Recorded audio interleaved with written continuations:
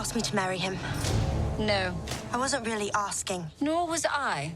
Love doesn't always end well, Beastie. Trust me. Let us prove you wrong. You have done an admirable job going against your own nature to raise this child. But now, she will finally get the love of a real mother. My first question is about Queen Ingrid, Michelle Pfeiffer's character. Yeah. How do you build or create a villain for a villain? Well, I think what's important when you create a villain is that, you know, or a character that is bad or evil or whatever, is to have a duality, you know, in that character. And I think for Michelle Pfeiffer and for me, you know, we spent a lot of time working on the character of Queen Ingrid, you know, because she's also a mother in this story. You know, she's the mother of Prince Phillip and she's the wife of King John, and they have a family, and you know, you have to buy into that somehow. That constellation also works. And then of course she has a hidden agenda. But I think those are the villains that interests me. You know, it needs to be a reason. You know, they don't. No villain should look at themselves as a villain. You know, they should always have a motivation for doing what they're doing. So, I'd like to know if you thought you may be doing her too good for Maleficent, that showing too much of her good side and maybe forgetting the icon she's in the Disney villain saga? well, and again, I think you're right. She has that duality to her. Yeah. I think that a big reason why we love her, you know, is that yes, she is wicked and she has that darkness to her, and you know, she can kill you, you know. But she also has a great sense of humor, a very dry humor. But it is, you know, she has the zingers, and she also has a big heart. You know, she loves Aurora. So at the end of the day, I think that's what people relate to. I don't feel that we try to make her more good in this film or anything like that. I'm hearing also that we made her more evil in this film. So you know, it's like a balance. You know, how you see it, I guess. But for me, it's always about that duality in her and like trying to mix it somehow. And I think also Angelina Jolie, that's what she's so amazing at. You know, she knows this character, and it's so fascinating to see her. You know, I can be in here, and she just like turn a little bit, and she's Maleficent. You know, so it is an iconic character. Some people think that fairy tale stories about princesses and princes are a bit old, and they can't be updated to nowadays and nowadays interests. What do you think a fairy tale movie needs to have to be relevant in 2019?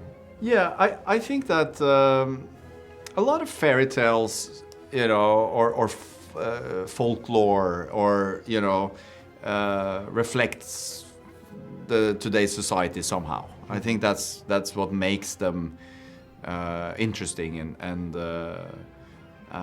present. And I think in this universe, it's very much the thematics of it is, I think, very much the man versus nature kind of thematics, you know, where you have Queen Ingrid trying to conform nature and, like, you know, so trees in the garden are square, you know, and then you have the dark fae or the Maleficence of this new story in this new universe, representing nature and all what they are, and the tribes.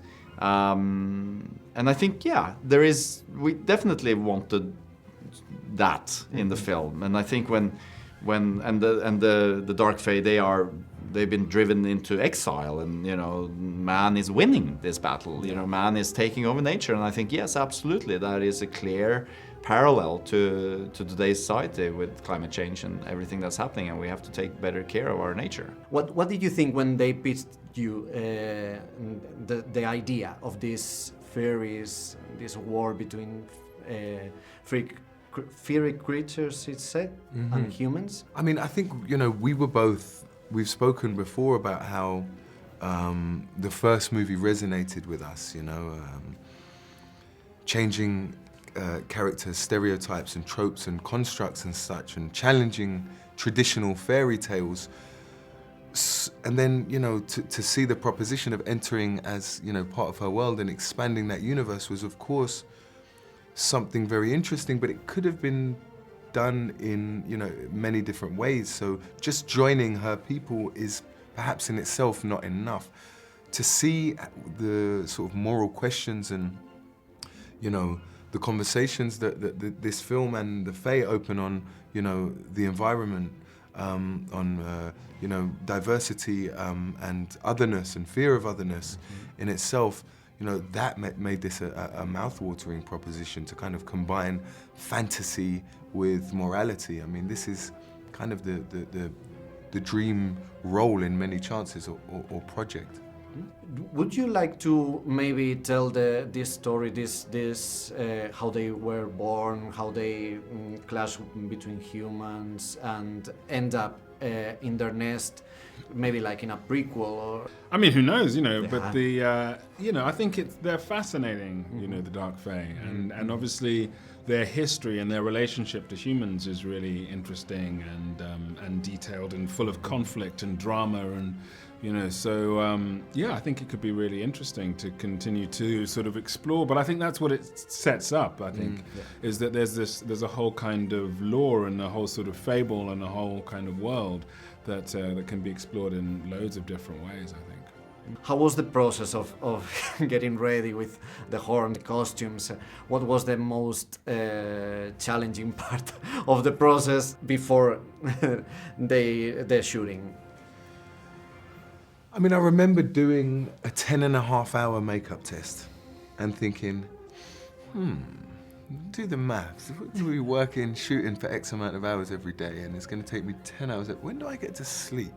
You know, maybe I'm just going to sleep in my trailer.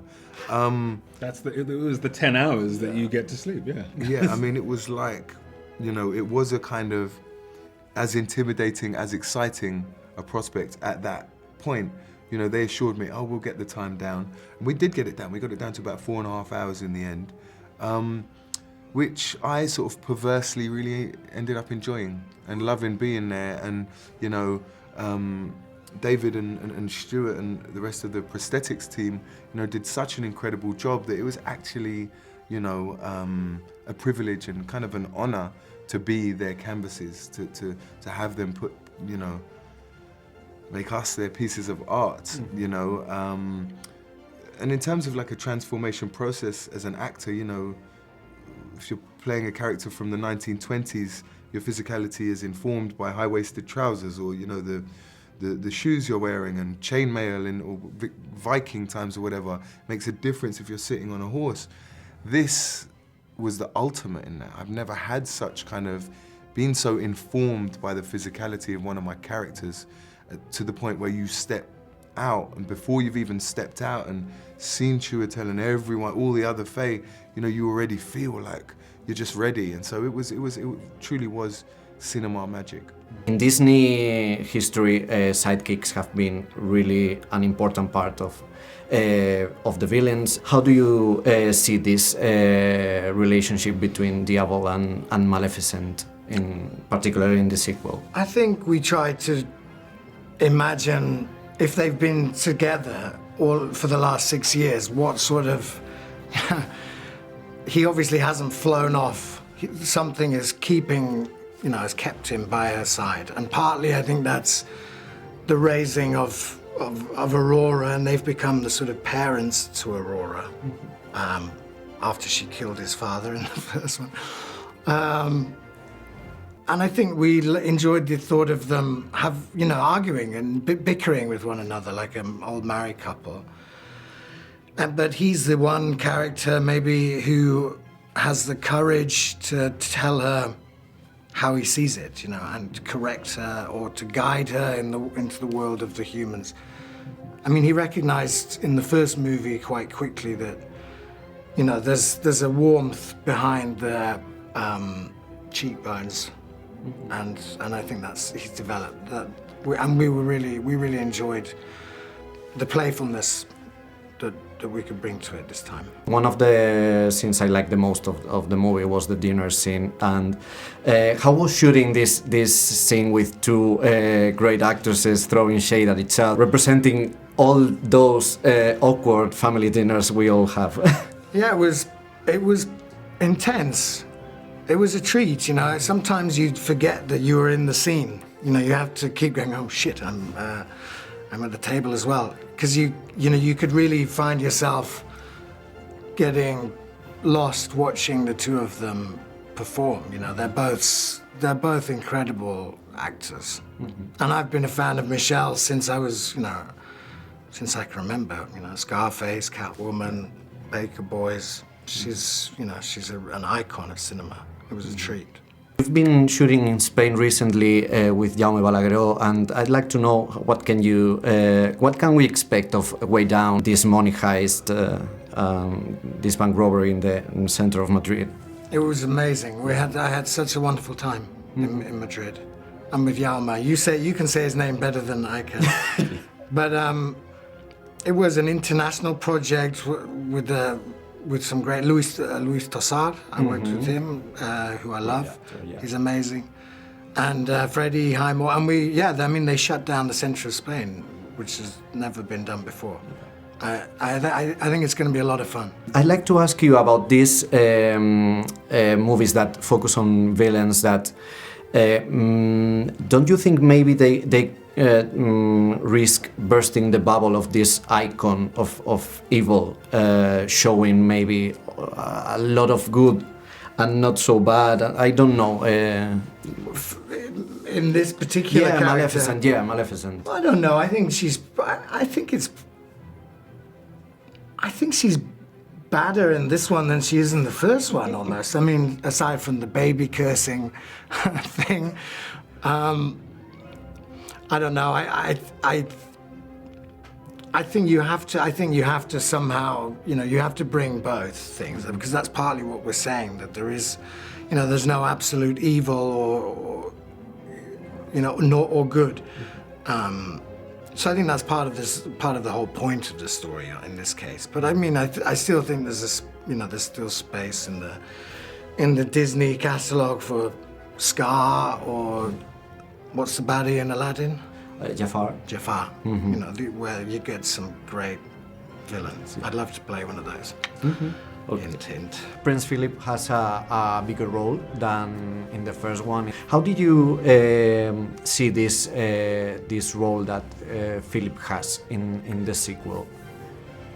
Well, I think it was exciting in a few different ways, because it was an opportunity to not only expand the world of Maleficent, but expand the character of Prince Philip, and we sort of meet him and Aurora when they're at a time in their lives and where they're, figuring out how to find their voice as young adults, and they're very much in love and they're very much trying to stand for unity, they're a part of two very different worlds, and they're trying to sort of collide those views and sort of merge that, So it was exciting to come on and try and represent that and create a story within that and find the character. It was exciting. Some people say that these fairy tale stories and stories about princesses and princes are not relevant in today time because they are related to stories that are a bit aged. But what qualities or should a prince have to be a relevant character in a movie for 2019, like Prince Philip, for example? Yeah, I think when I first got on board of this, I thought about who Philip was, and I won't make this whole answer about me, but when I thought about who Philip was and who, it was more about who I sort of, as a kid, when you look up to male figures in your life and men sort of in general, what you sort of project onto that and what you want those figures to be for you and what you sort of expect, you know, and I think that was what sort of Phillip was, and he's trying to be noble, he's trying to find his voice, he's a sort of young man coming up against his family's sort of maybe stagnant views. And you know, the film stands for many different things, you know, and I sort of think within a fairy tale you can address certain issues that people can understand and relate to more easily. Well, you've had the opportunity to work with a great cast. How does it feel to have Michelle Pfeiffer as mother and Angelina Jolie as mother-in-law? Yeah, absolutely. You know, there was a dining room scene where those two sort of go head to head, and to watch that was pretty special, you know. And I mean, I had to remind myself that I was in the scene with them and that I couldn't just sort of marvel. But yeah, man, it was a real learning curve and a privilege to watch them work and to work with them. You know, they made me feel really welcome and valued, and I really appreciated that. And it was, yeah, no, I'll value it as an experience for sure. I'm a huge fan of the Kingsman franchise, and you're opening a new chapter in the franchise with the prequel. I'd like to know, how is it going to be different from the previous ones, besides the period of the movie, and how's your character different from Taron Egerton, Sexy? Yeah, well, it's an origin story, you know, so we sort of discover the start of Kingsman and the formation of it, and how it intertwines into World War I, so it's different in that sense.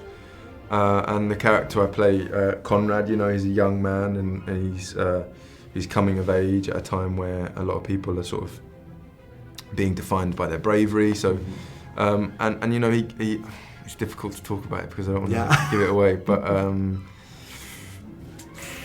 yeah, that's probably all I can say, yeah.